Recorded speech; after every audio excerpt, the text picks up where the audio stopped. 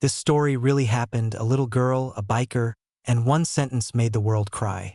Wednesday morning, small town in Oregon, Marcus Webb, 34 years old. Tattoos, leather jacket, Harley Davidson. Marcus' life was nothing. He had no father. His mother abandoned him. Foster family, drugs, crimes, prison.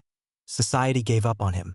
When he came to town, people took their children inside, closed the curtains. That's what his whole life looked like.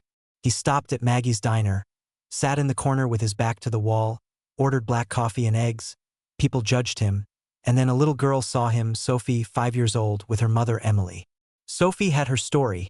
Her father Daniel, a U.S. Army soldier, died in Afghanistan, IED explosion, before Sophie's birthday. Daniel promised to come. He didn't come. Sophie didn't speak for many days, had therapy. The sadness doesn't go away. Sophie saw Marcus, got up and went. Emily called out, "Sophie, where are you going?" Sophie didn't stop, walked up to Marcus' table, stood and said, "You look like my dad." 5 words, so simple, so innocent. Those 5 words broke Marcus. In his entire life, no one had ever looked at him as if he were a normal person.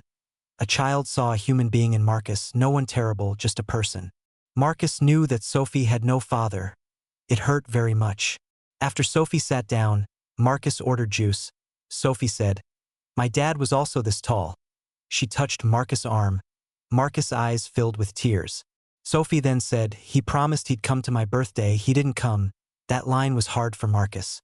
Marcus knew how much it hurts when someone breaks a promise. That was his story.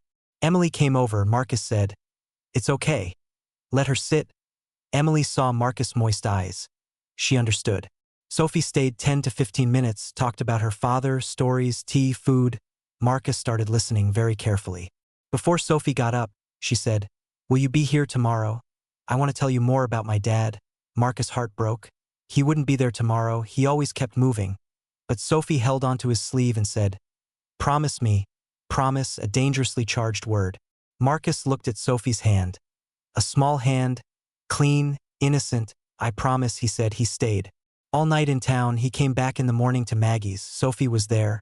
When she saw Marcus, she smiled, for the first time truly happy. It went on like this for a long time, many days, many weeks. Marcus stayed. Slowly the perception changed. Maggie started giving tea for free.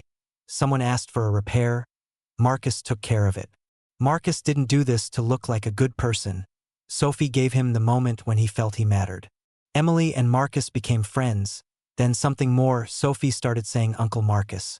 One day Sophie said, "Uncle Marcus, can you be my dad now?" Emily looked at Marcus. Marcus' eyes were moist.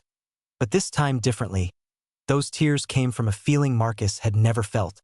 Marcus is still there today with Emily, Sophie's stepfather, the best person in the community. Sophie is happy, laughs again. The sadness hasn't ended. It never does. But there's someone who stayed, who promised and kept his word. Here's my point. One thing is the most powerful: innocence. Sophie saw in Marcus what Marcus was. Underneath all the layers, Sophie saw a person, just a person, a good person who was inside, whom no one had ever seen that way. Sophie was the person who could ignore everything, who could look directly inside.